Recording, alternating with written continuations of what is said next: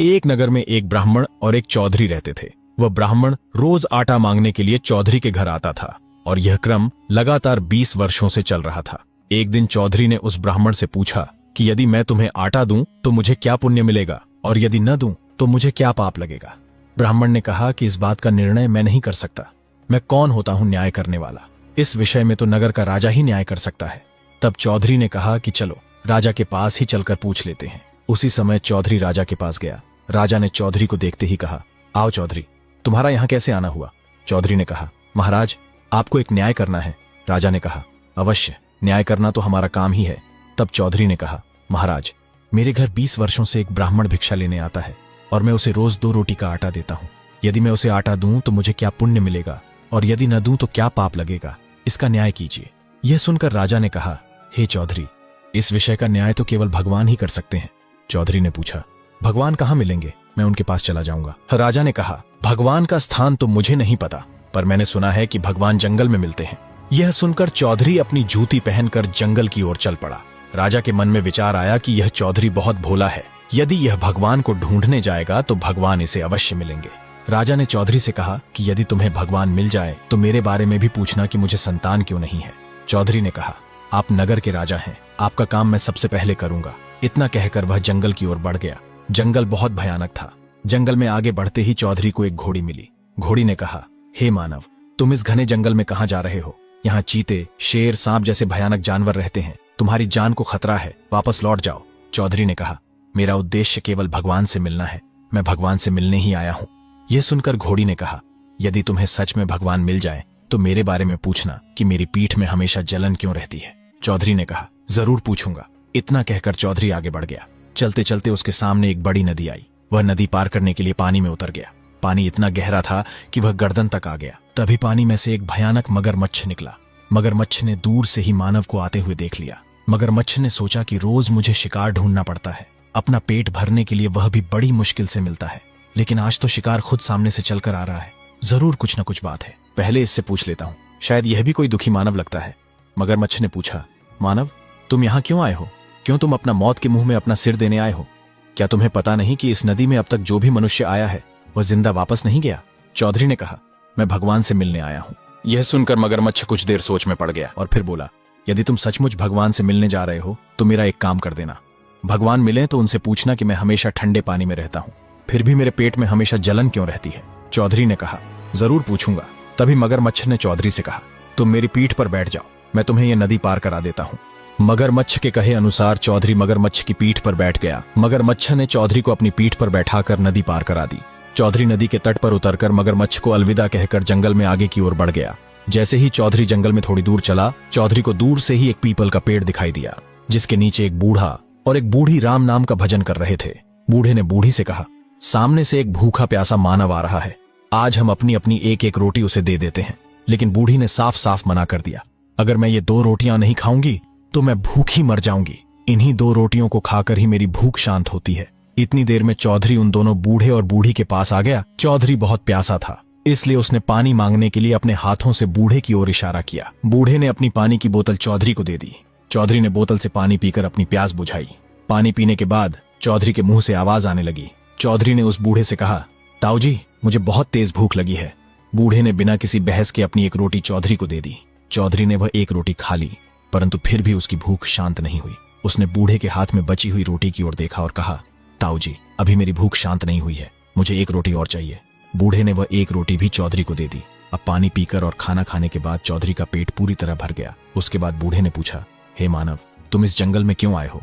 चौधरी ने कहा, ताऊ जी, मैं भगवान से मिलने आया हूँ। मैंने किसी से सुना है कि भगवान जंगल में रहते हैं, इसलिए मैं उन्हें जंगल में ढूंढ रहा हूँ। बूढ़े ने कहा, यदि तुम्हें भगवान मिले तो उनसे यह जरूर पूछना कि जिस पीपल के पेड़ के नीचे हम दोनों बैठे हैं वह पूरा पेड़ हरा भरा है, फिर उसकी एक डाली सूखी क्यों है? चौधरी ने कहा, ठीक है ताऊ जी, जरूर पूछूंगा। इतना कहकर चौधरी ने बूढ़े और बूढ़िया दोनों को प्रणाम किया और जंगल की ओर चल पड़ा।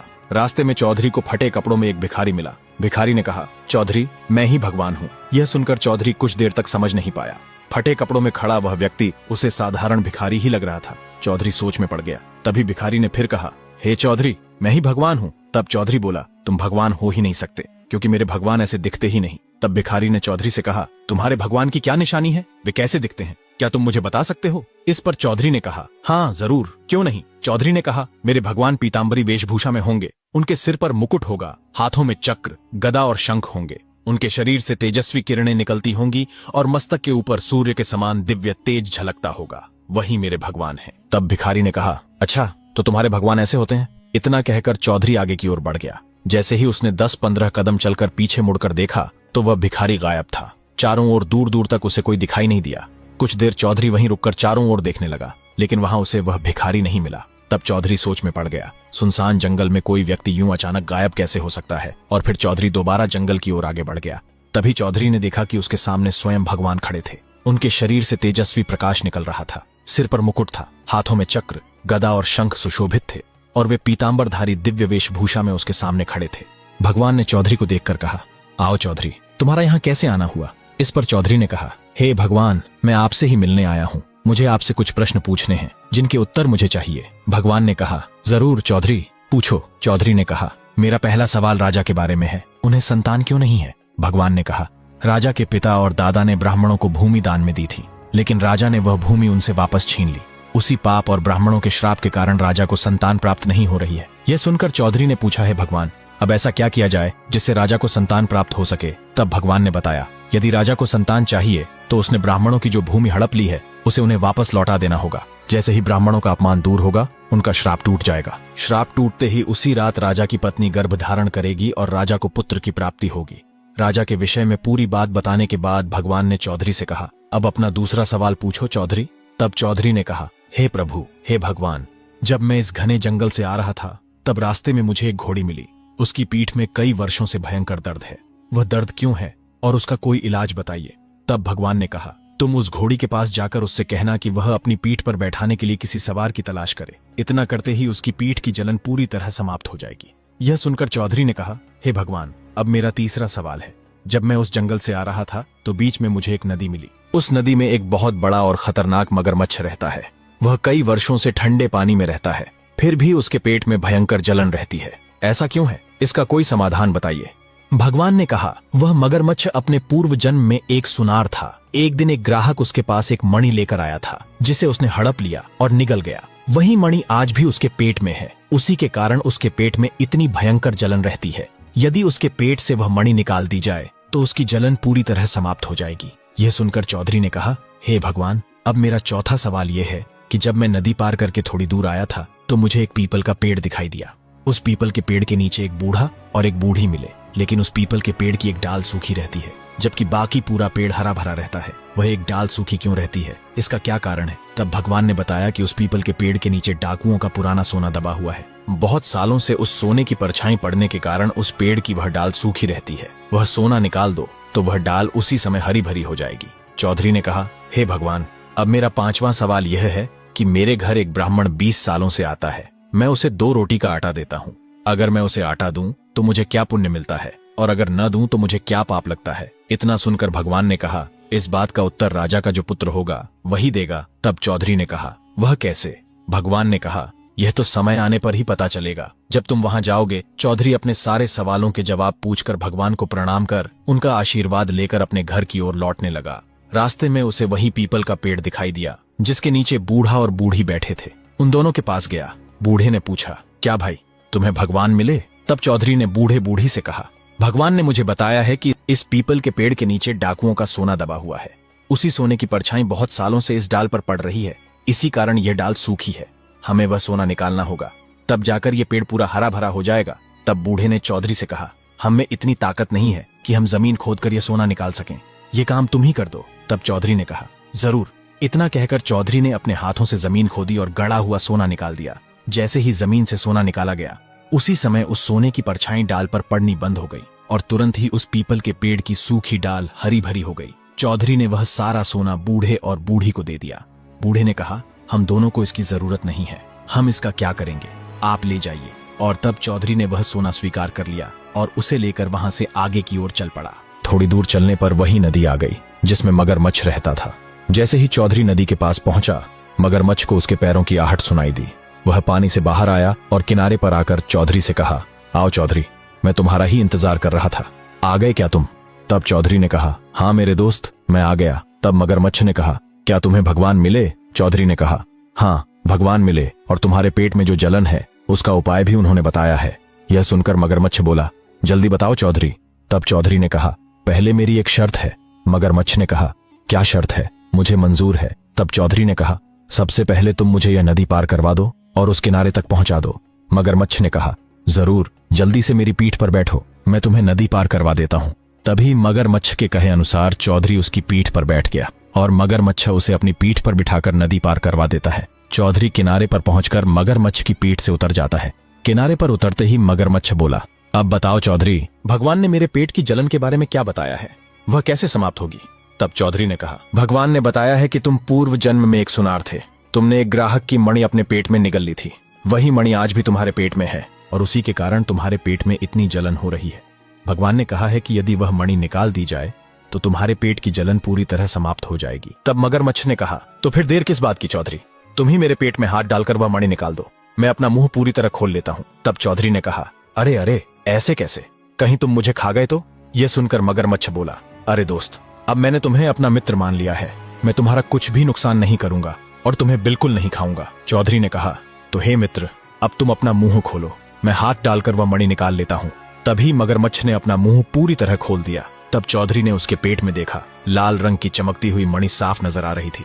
उसने हाथ डालकर वह मणि निकाल ली। जैसे ही चौधरी ने वह मणि बाहर निकाली, निकालते ही मगरमच्छ का पेट पूरी तरह ठंडा पड़ गया। मगरमच्छ ने कहा, सच में दोस्त, भगवान ने सही कहा था।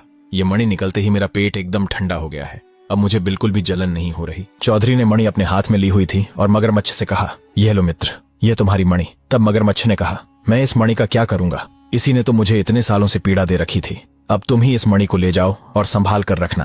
तब चौधरी ने मगरमच्छ से कहा, ठीक है दोस्त, अब मैं चलता हूँ, मुझे घर जाने में देर हो रही है। इतना कहकर चौधरी जंगल में आगे की ओर बढ़ गया। जैसे ही चौधरी थोड़ी दूर चला, जंगल में उसे वही घोड़ी मिली। घोड़ी ने कहा, आओ चौधरी, मैं तुम्हारा ही इंतजार कर रही थी। क्या तुम्हें भगवान मिले? तब चौधरी ने कहा, हाँ, मुझे भगवान मिले और तुम्हारी पीठ की जो जलन है उसका उपाय बताया है। यह सुनकर घोड़ी ने कहा, चौधरी जल्दी बताओ, मुझसे इंतजार नहीं हो रहा। मैं चाहती हूँ कि इस पीड़ा से मुझे जल्दी से छुटकारा मिले। चौधरी ने कहा, भगवान ने मुझे बताया है कि तुम्हारी पीठ में जो जलन है उसका सिर्फ एक ही उपाय है। तुम्हें एक घुड़सवार की तलाश करनी होगी। जैसे ही घुड़सवार तुम्हारी पीठ पर बैठेगा, उसी समय तुम्हारा यह जलन पूरी तरह समाप्त हो जाएगी। तब घोड़ी ने कहा, घुड़सवार तो कब मिलेगा? तुम ही ये काम कर दो, मैं तुम्हारा एहसान कभी नहीं भूलूंगी। तुम ही मेरी पीठ पर बैठ जाओ। तब चौधरी ने कहा, क्यों नहीं, जरूर। इतना कहकर चौधरी घोड़ी के ऊपर सवार हो गया। जैसे ही वह घोड़ी पर सवार हुआ, घोड़ी का दर्द पूरी तरह गायब हो गया। घोड़ी ने खुशी से कहा, धन्यवाद चौधरी, भगवान ने सच ही कहा था। जैसे ही तुम मेरी पीठ पर सवार हुए, मेरा सारा दर्द गायब हो गया। अब मैं बिल्कुल स्वस्थ हूँ, मुझे न तो जलन हो रही है और न ही कोई पीड़ा। चौधरी मुस्कुराते हुए बोला, यह तो बहुत अच्छी बात है। तभी चौधरी ने सोचा, अब तो घर समय पर नहीं पहुंच पाऊंगा, काफी रात हो चुकी है। इस जंगल में जंगली जानवर भी घूम रहे होंगे, शेर, चीते, अगर उन्होंने मुझ पर हमला कर दिया तो? यह सोचकर चौधरी घबरा गया। चौधरी ने घोड़ी से कहा, सुनो, क्या आज की रात मैं तुम्हारे साथ ही रुक सकता हूँ? अगर तुम अनुमति दो तो मैं तुम्हारे साथ ही रुक जाऊं, सुबह होते ही वापस रवाना हो जाऊंगा। घोड़ी बोली, क्यों नहीं चौधरी, जरूर, तुम मेरे साथ चलो, पास ही मेरा तबेला है, वहीं सुरक्षित जगह पर हम आराम से रात बिता लेंगे। चौधरी ने राहत की सांस ली और कहा, चलो। तबेले में पहुंचकर चौधरी आराम करने लगा। थकान इतनी थी कि देखते ही देखते उसकी आंख लग गई और वह गहरी नींद में सो गया। नींद में उसे फिर वही भगवान स्वप्न में दिखाई दिए। भगवान बोले, हे चौधरी, ध्यान से सुनो, आने वाले समय में राजा के जो पुत्र का जन्म होगा वह बच्चा रोएगा नहीं, उसका बाल स्वर साथ नहीं देगा और हर कोई बच्चे को रुलाने का उपाय करेगा। महल के सभी लोग घबरा जाएंगे। दासियां हाथों में अलग अलग जड़ी बूटियां, धूप दिया, कपूर, नीम की पत्तियां, गंगा जल, कच्ची हल्दी वगैरह लेकर इधर उधर भागती हुई नजर आएंगी। कोई बच्चे के पास धुआं करती, कोई ताबीज बांधती, कोई मंत्र पढ़ती, लेकिन बच्चा फिर भी बिल्कुल चुपचाप पड़ा रहेगा, न रोएगा न हिलेगा, बस लेटा रहेगा, आंखें बंद किए हुए। कोई भी बच्चे को रुलाने में सफल नहीं होगा। भगवान ने आगे कहा, तभी तुम राजा के महल में जाना और राजा से कहना, राजा जी, यह कैसी अफरा तफरी है, दासियां इधर उधर क्यों भाग रही हैं? तब राजा कहेगा, चौधरी, रानी ने पुत्र को जन्म दिया है पर बच्चा रो नहीं रहा, जब तक बच्चा रोएगा नहीं तब तक बच्चे को खतरा है। फिर भगवान बोले, तुम राजा से कहना, महाराज, बच्चे को रुलाने का झाड़ा मुझे आता है, मैं झाड़ा लगाऊंगा तो बच्चा रो पड़ेगा।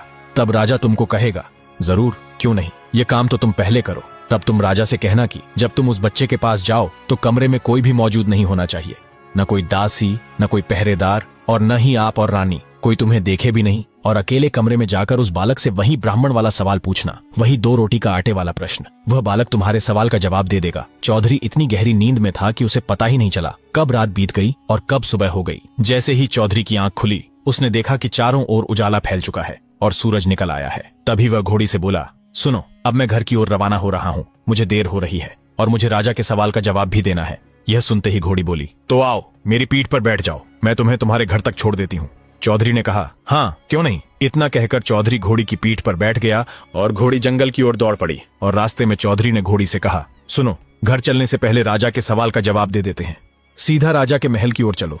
घोड़ी बोली, हाँ जरूर। फिर घोड़ी तेजी से दौड़ती हुई राजा के महल की ओर पहुंच गई। महल के पास पहुंचते ही चौधरी घोड़ी से उतर गया और घोड़ी से बोला, ठहरो, मैं अभी आता हूँ, पहले राजा को उनके सवाल का जवाब देकर आता हूँ। घोड़ी ने शांत स्वर में कहा, ठीक है, मैं यहीं इंतजार कर रही हूँ। इतना कहकर चौधरी महल की ओर बढ़ गया और सीधा राजा के दरबार में प्रवेश कर गया। राजा दरबार में सिंहासन पर विराजमान थे। चौधरी को देखते ही राजा बोले, आओ चौधरी, क्या तुम्हें भगवान मिले? क्या उन्होंने मेरे सवाल का जवाब दिया कि मेरे पुत्र की प्राप्ति क्यों नहीं हो रही? चौधरी ने सम्मान से सिर झुकाकर कहा, हाँ महाराज, मुझे भगवान मिल गए और उन्होंने आपके सवाल का जवाब भी दे दिया है कि आपको पुत्र प्राप्ति क्यों नहीं हो रही। राजा व्याकुल होकर बोले, चौधरी जल्दी बताओ, भगवान ने क्या कहा? मेरे पुत्र न होने का रहस्य क्या है? चौधरी ने कहा, महाराज, भगवान ने बताया है कि आपके पूर्वजों, आपके दादा परदादा ने ब्राह्मणों को दान में भूमि दी थी, लेकिन आपने वही भूमि उनसे वापस छीन ली। उसी अन्याय के कारण ब्राह्मणों का श्राप आप पर लगा है और उसी श्राप के कारण आपको पुत्र प्राप्ति नहीं हो रही। फिर चौधरी आगे बोला, यदि आप वह भूमि फिर से उनके नाम करवा दें या पुनः उन्हें दान में लौटा दें तो उसी दिन से आपकी रानी गर्भ धारण कर लेगी। तब राजा ने गुस्से में पूछा, अगर मैं ब्राह्मणों को भूमि दान में दे दूं और फिर भी मुझे पुत्र न हुआ तो फिर क्या? इस पर चौधरी ने निडर होकर कहा, महाराज, यदि ऐसा हुआ तो आप मुझे फांसी की सजा सुना देना। अगले 9 महीने तक आपके दरबार में गुलामी करूंगा, आप जो कहेंगे वही करूंगा, कोई शिकायत नहीं होगी। उसके बाद उसी दिन राजा महल की सबसे ऊपरी छत पर पहुंचे और ऊंची आवाज में घोषणा कर दी। राजा ने कहा, सुनो, जिन ब्राह्मणों की भूमि मेरे पूर्वजों ने दान में दी थी और जिसे मैंने उनसे वापस छीन लिया था, मैं आज उसी भूमि को वापस लौटा रहा हूँ। जो भूमि तुम लोगों की थी उस पर फिर से अपना अधिकार कर लो। आज से वह भूमि पुनः तुम्हारी है। राजा की यह घोषणा सुनकर पूरा राज्य हिल उठा और आश्चर्य की तो यह बात थी कि उसी रात रानी के गर्भ धारण हो गया। गर्भ धारण होते ही राजा की खुशी का ठिकाना नहीं रहा। उसके बाद चौधरी पूरे 9 महीने तक राजा के दरबार में ही रहा। खाना पीना, रहना सहना सब कुछ उसने वहीं करना शुरू कर दिया। वह हर दिन दरबार की सेवाएं करता रहा और अपनी प्रतिज्ञा निभाता रहा। धीरे धीरे समय बीत गया और पूरे 9 महीने गुजर गए। तब रानी ने पुत्र को जन्म दिया, लेकिन पुत्र का बाल स्वर बिल्कुल साथ नहीं दिया। वह न रो रहा था, न आवाज कर रहा था, बस चुपचाप पालने में सो रहा था, आंखें बंद किए हुए। उसी समय चौधरी राज्य के बाजार में कुछ सामान लेने गया हुआ था। जैसे ही वह महल के अंदर आया, उसने देखा कि महल की दासियां और रानी सब इधर उधर भाग रही हैं और पूरे महल में घबराहट फैली हुई थी। कोई बच्चे के पास धुआं कर रही थी, कोई ताबीज बांध रही थी, कोई मंत्र पढ़ रही थी, लेकिन बच्चा फिर भी बिल्कुल चुप पड़ा था। तभी चौधरी तेजी से भागता हुआ राजा के पास पहुंचा। राजा सिंहासन पर बैठे गहरी चिंता में डूबे हुए थे। वह उसी सोच में उलझे थे कि आखिर बालक रो क्यों नहीं रहा है। तभी चौधरी ने कहा, राजा जी, क्या हुआ? आप इतने चिंतित क्यों दिखाई दे रहे हैं? मैंने आपके चेहरे पर पहले कभी ऐसी चिंता नहीं देखी। राजा ने दुखी मन से जवाब दिया, चौधरी, मैं बहुत परेशान हूँ। चौधरी, तुमने कहा था कि रानी 9 महीने बाद पुत्र को जन्म देगी। देखो, रानी ने सच में पुत्र को जन्म दे दिया है, लेकिन समस्या यह है कि बच्चा रो ही नहीं रहा, उसकी आवाज बाहर नहीं आ रही, वह कोई स्वर नहीं दे रहा। जब तक बच्चा रोएगा नहीं, उसकी जान को खतरा बना हुआ है। बस यही बात मुझे सबसे ज्यादा चिंता में डाल रही है। तब चौधरी सोच में पड़ गया। उसे भगवान की वह बात याद आई जो उन्होंने स्वप्न में कही थी, जब समय आए तुम राजा से कहना कि मैं बालक को रुलाने का उपाय करूंगा और वही बालक तुम्हारे सवाल का जवाब देगा। यह याद आते ही चौधरी ने राजा से कहा, महाराज, बस इतनी सी बात है। बालक को तो मैं एक पल में रुला सकता हूँ। मुझे बच्चों को रुलाने का झाड़ा आता है। जैसे ही मैं झाड़ा डालूंगा, बच्चा रोने लगेगा। राजा बोले, सच चौधरी, तुम तो ये काम पहले करो। तब चौधरी मुस्कुराकर बोला, महाराज, ये काम तो मैं कर दूंगा, लेकिन मेरी एक शर्त है और वह शर्त आपको माननी पड़ेगी। तब राजा ने चौधरी से कहा, जरूर चौधरी, मेरे बालक की जान से बड़ी कोई शर्त नहीं है। तुम जो शर्त रखोगे वह मुझे मंजूर है। चौधरी ने अपनी शर्त रखते हुए कहा, महाराज, जब मैं बच्चे के पास जाऊं तो उस कमरे में कोई भी मौजूद नहीं होना चाहिए, न कोई दासी, न कोई पहरेदार और न ही आप और रानी। चौधरी ने आगे कहा, सिर्फ मैं ही बच्चे के पास जाऊंगा और उसे झाड़ा लगाऊंगा। कोई भी अंदर आने की कोशिश नहीं करेगा और न ही कोई मुझे कहीं से देखने का प्रयास करेगा, वरना उसका परिणाम अच्छा नहीं होगा। तब राजा ने कहा, चौधरी, मुझे तुम्हारी यह शर्त मंजूर है। तब राजा ने अपने एक सेनापति को बुलाया और कहा, मेरे पुत्र वाले कक्ष में जितनी भी रानियां और दासियां हैं, सबको बाहर निकाल दो और कह देना कि यह राजा का आदेश है। यह सुनते ही सेनापति तेजी से भगाता हुआ उस कक्ष में पहुंचा जहां बालक था। वह ऊंची आवाज में बोला, सब लोग तुरंत बाहर आ जाएं। यह महाराज का आदेश है। राजा का आदेश सुनते ही सभी रानियां और दासियां घबराकर बाहर आ गईं और कक्ष में बच्चे को अकेला छोड़ दिया गया। उसके बाद चौधरी ने राजा से कहा, ठीक है महाराज, अब मैं बच्चे को झाड़ा लगाने जा रहा हूँ। यह कहकर चौधरी बालक के कक्ष में चला गया। अंदर पहुंचते ही उसने दरवाजा बंद किया और बच्चे के पास जाकर बैठ गया। फिर उसने बच्चे से कहा, अरे बालक, मुझे भगवान ने भेजा है, मेरी बात का उत्तर दो। मेरे घर पर भी कई सालों से एक ब्राह्मण आता है। मैं उसे रोज 2 रोटी का आटा देता हूँ। अगर मैं उसे देता रहूं तो मुझे क्या पुण्य मिलेगा, और अगर मैं देना बंद कर दूं तो मुझे क्या पाप लगेगा। ये सुनते ही बालक बोल उठा, तोलाराम के घर एक सुअरनी ने बच्चे को जन्म दिया है। वही बच्चा तुम्हारे इस सवाल का जवाब देगा। इतना कहते ही बालक जोर जोर से रोने लगा। रोने की आवाज सुनकर चौधरी ने दरवाजा खोला और ऊंची आवाज में बोला, महाराज, बच्चा रोने लगा है, जल्दी आ जाइए। इतना सुनते ही राजा, रानी और दास दासियां खुशी से झूम उठे और दौड़ते हुए बच्चे के पास आ गए। बच्चे को रोता देखकर सबकी चिंता दूर हो गई और महल में खुशियां फैल गईं। उसके बाद चौधरी अपनी जूती पहनकर जाने लगा। तभी राजा ने चौधरी को जाते हुए देखा और कहा, चौधरी कहाँ भाग रहे हो? अपना इनाम तो लेकर जाओ, बिना बताए ही जाने लगे। तब चौधरी मुस्कुराकर बोला, राजा जी, मैं कहीं भाग नहीं रहा हूँ, बस थोड़ी देर में वापस आ रहा हूँ। मुझे बस एक जरूरी काम याद आ गया है, वही निपटाकर तुरंत लौट आऊंगा। तब राजा ने चौधरी से कहा, ठीक है चौधरी, लेकिन भूल मत जाना, जल्दी वापस आ जाना, हम तुम्हारा इंतजार कर रहे हैं। चौधरी ने जवाब दिया, ठीक है महाराज, मैं बस अभी थोड़ी देर में आता हूँ। इतना कहकर चौधरी वहां से निकल पड़ा और सीधे तोलाराम के घर की ओर गया। घर के बाहर पहुंचकर वह जोर से बोला, क्या यही तोलाराम का घर है? तभी अंदर से एक आदमी बाहर आया और बोला, हाँ बोलो चौधरी जी, क्या काम है? मैं ही तोलाराम हूँ। चौधरी ने कहा, मुझे पता चला है कि तुम्हारे घर पर एक सुअरनी ने बच्चे को जन्म दिया है। वह बच्चा कहाँ है? तोलाराम ने सामने की ओर इशारा करते हुए कहा, वहां देखो, सामने जो कीचड़ पड़ा है, उसी कीचड़ में वह बच्चा खेल रहा है। चौधरी तुरंत वहां उसी कीचड़ में गया जहां सुअर का बच्चा खेल रहा था। वह कीचड़ में गया और सुअर के बच्चे को अपनी गोद में उठा लिया। फिर वापस तोलाराम के पास आ गया। चौधरी ने तोलाराम से कहा, मुझे इस बच्चे से जरा सी बात पूछनी है। अगर आपकी इजाजत हो तो 2 मिनट के लिए मुझे एक कमरा चाहिए जहां मैं इसे ले जाकर बात कर सकूं। तोलाराम यह सुनकर सोच में पड़ गया। ये कैसी बात पूछना चाहता है? कहीं चौधरी पागल तो नहीं हो गया? लेकिन फिर उसने सोचा, चलो पूछने दो, हमारा क्या जाता है। फिर तोलाराम ने कहा, ठीक है, अंदर एक कमरा है, तुम और यह सुअर का बच्चा अंदर जाकर बात कर लो। तभी चौधरी सुअर के बच्चे को गोद में लेकर कमरे के अंदर चला गया और अंदर पहुंचते ही दरवाजा बंद कर दिया। फिर उसने सुअर के बच्चे को कहा, सुनो, मुझे राजा के पुत्र ने भेजा है, मेरी बात का जवाब दो। तब सुअर के बच्चे ने कहा, बोलो चौधरी, तुम्हारा क्या सवाल है? चौधरी ने पूछा, मेरे घर पर 20 सालों से एक ब्राह्मण आता है, मैं उसे रोज 2 रोटी का आटा देता हूँ। अगर मैं उसे आटा देता हूँ तो मुझे क्या पुण्य मिलेगा, और अगर मैं देना बंद कर दूं तो मुझे क्या पाप लगेगा? तब सुअर के बच्चे ने कहा, सुनो चौधरी, जब तुम भगवान से मिलने गए थे, रास्ते में तुम्हें पीपल के पेड़ के नीचे एक बूढ़ा आदमी और बूढ़ी मिले थी। उस बूढ़े ने मुझसे कहा था कि सामने से एक भूखा आदमी आ रहा है, अगर तुम एक रोटी उसे दे दोगे तो मैं भी अपनी एक रोटी उसे दे दूंगा, इससे उसकी भूख शांत हो जाएगी। लेकिन मैंने उस समय मना कर दिया। मैंने कहा कि मेरे पास तो सिर्फ 2 रोटियां हैं, इन्हीं से मेरी भूख मिटती है, मैं किसी को नहीं दे सकती।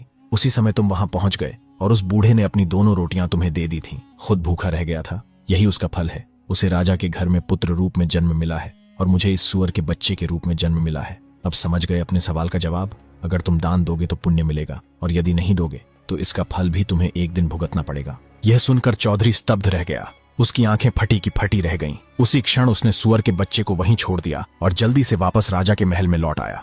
राजा बहुत खुश हुए। उन्होंने चौधरी के गले में मोतियों की माला, सोने का मुकुट पहनाया और कहा, आज से तुम मेरे मंत्री हो। लेकिन चौधरी मुस्कुराकर बोला, महाराज, मुझे मंत्री नहीं बनना, मैं अपना साधारण जीवन ही जीना चाहता हूँ। तब राजा ने कहा, जैसा तुम्हारी इच्छा चौधरी, मंत्री बनो या ना बनो, लेकिन तुम्हें खुश करना हमारा कर्तव्य है। इस रहस्य का पता न राजा को था, न ब्राह्मण को और न ही चौधरी को। ये तो सिर्फ भगवान ही जानते थे। दोस्तों, ये कहानी यहीं समाप्त होती है। अगर आपको यह कहानी अच्छी लगी हो तो ज्यादा से ज्यादा शेयर करें, एक प्यारा सा कमेंट और लाइक करना मत भूलना। मिलते हैं अगली ऐसी ही जीवन बदल देने वाली कहानी के साथ।